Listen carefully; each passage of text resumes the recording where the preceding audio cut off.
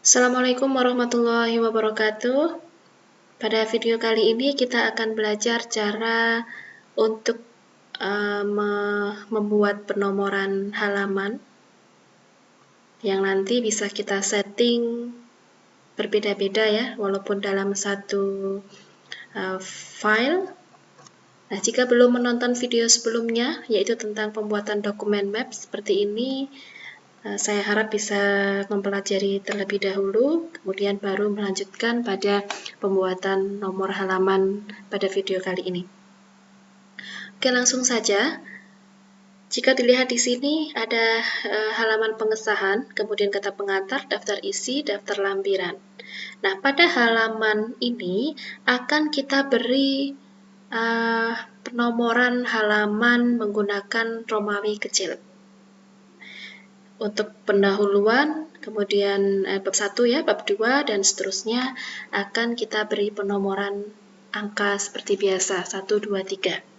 Nah, caranya bagaimana? Yang pertama, kita harus memisahkan atau membagi file ini menjadi beberapa section. Caranya seperti apa? Oke, kita masuk ke pendahuluan. Nah, pendahuluan ini adalah batas ya. Ini akan kita pisahkan dengan halaman-halaman sebelumnya. Kita klik, kita arahkan kursor ke sini, kemudian kita pilih page layout, kemudian bricks, dan pilih yang next page. Oke, kita cek terlebih dahulu, kita klik di bagian atas ini 2 kali. Nah, di sini akan muncul ini section 1, kemudian ini adalah section 2. Kita cek, ini section 1 semua. Dari bab 1, section 2, dan seterusnya ini adalah section 2. Oke, kemudian tiap bab harus kita break seperti tadi ya. Ini bab 2 sama seperti bab 1 tadi, page layout, break, kemudian next page. Kita ke bab 3, sama.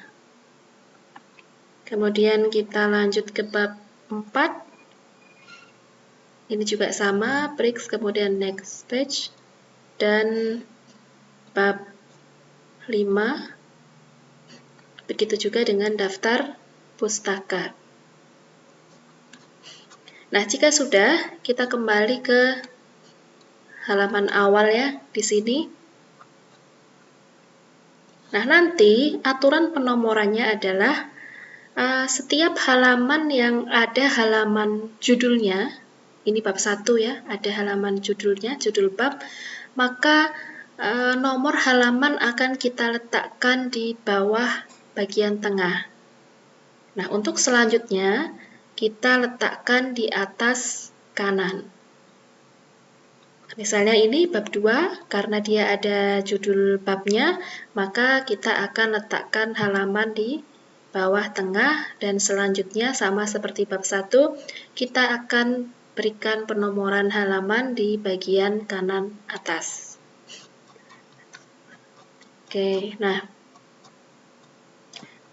pertama kita coba dulu di section yang pertama tadi ya, kita beri halaman, insert, kemudian page number.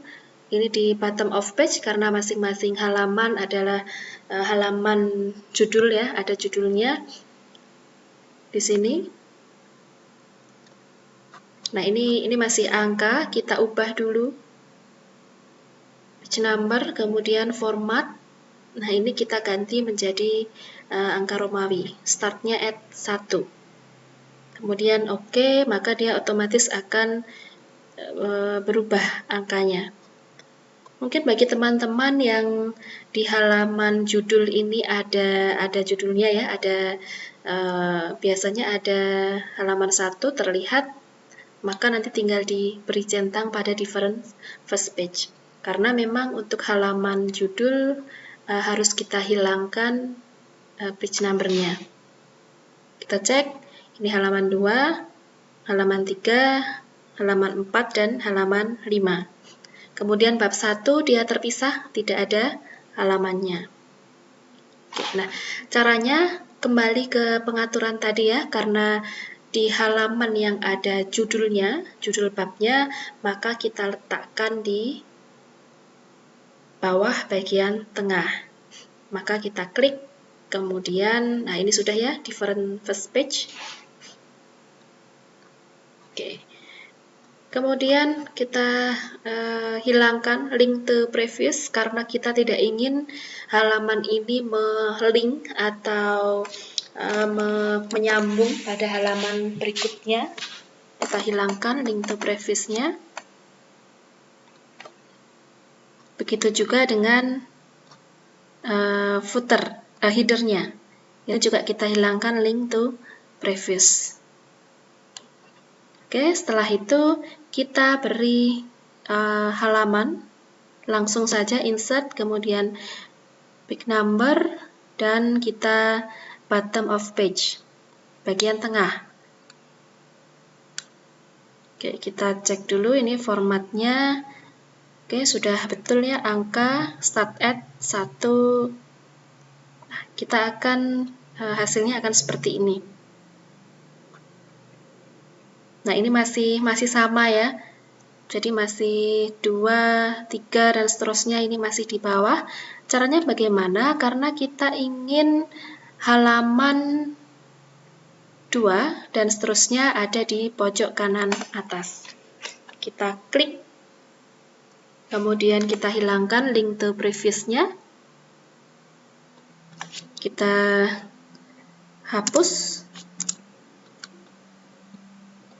Ini juga link to previous-nya kita hilangkan. Nah, setelah itu baru kita insert, kemudian big number, top ya, top of page, di bagian kanan line number 3. Kita cek di halaman 1, ini ada halaman, ada judulnya 1, kemudian 2, 3. Nah, ini sudah otomatis. Di halaman yang ada judul babnya, dia akan di bawah. 4, 5, 6, 7, 8, kita cek di bab 3. Nah, bab 3 ini juga sama. Seterusnya di pojok kanan atas kita cek bab 4. Bab 4 ini juga sama. Bab 5 sama juga, kemudian di bab di daftar pustaka ini juga sama. Oke, ini sangat mudah sekali cara untuk mengatur penomoran halaman, dan ini tentunya akan sangat membantu sekali nanti dalam membuat misalnya paper ataupun menyusun skripsi. Jadi kita tidak perlu menghabiskan banyak file ya, misalnya dipisah-pisah antara halaman judul, kita buat file sendiri, kemudian nanti di bab 1 kita jadikan file bab 1 dan seterusnya. Ini pun nanti juga akan membantu kita, misalnya di bab 1 ada penambahan. Jadi ada revisi dari dosen pembimbing kita atau dosen pengampu kita, ada tambahan yang itu misalnya jumlahnya 1 halaman sendiri. Nah, ini kan kita tidak perlu mengganti-ganti nomor halaman, karena ini akan mengganti secara otomatis. Oke, itu cara untuk membuat penomoran. Selanjutnya, ketika kita sudah membuat penomoran halaman, kita akan membuat daftar isi secara otomatis. Jadi kita tidak perlu membuat daftar isi, kita tulis manual, kemudian juga misalnya titik-titiknya itu kita tulis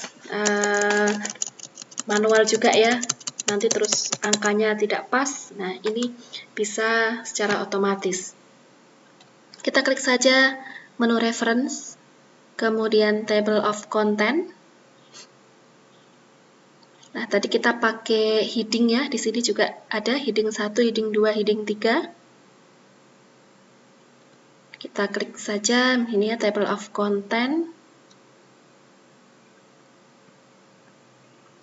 Nah, maka otomatis akan muncul sesuai dengan data yang ada di sini. Ini tinggal kita atur saja. Misalnya fontnya kita jadikan Times New Roman 12. Mungkin paragrafnya juga nanti bisa kita sesuaikan sesuai dengan kebutuhan kita. Nah, ini sudah jadi ya, ini juga akan mengikuti sesuai dengan halaman yang memang tadi sudah kita setting. Nah, misalnya nanti setelah kita buat seperti ini, tetapi ada penambahan. Misalnya di bab 2, di bagian ini, 2.1, ada penambahan satu halaman yang menyebabkan halaman-halaman lainnya ini berubah. Nanti bisa kita setting juga. Jadi ini mengikuti. Kita klik saja di sini, kemudian kita bisa update table of content. Kalau ada penambahan halaman, kita klik update page number only, oke. Atau misalnya nanti ada penambahan subjudul. Misalnya di bab 2 ini kita tambahkan lagi, ternyata misalnya ada 2.5 misalnya. Tentang apa gitu ya. Nah, ini nanti bisa kita pilih update table, kemudian update entire table. Karena dia ada penambahan bagian. Nanti otomatis dia akan menyesuaikan, akan otomatis terganti halamannya. Oke, ini sangat mudah sekali dan tentunya akan sangat membantu proses kita menyusun suatu paper. Demikian yang dapat saya sampaikan.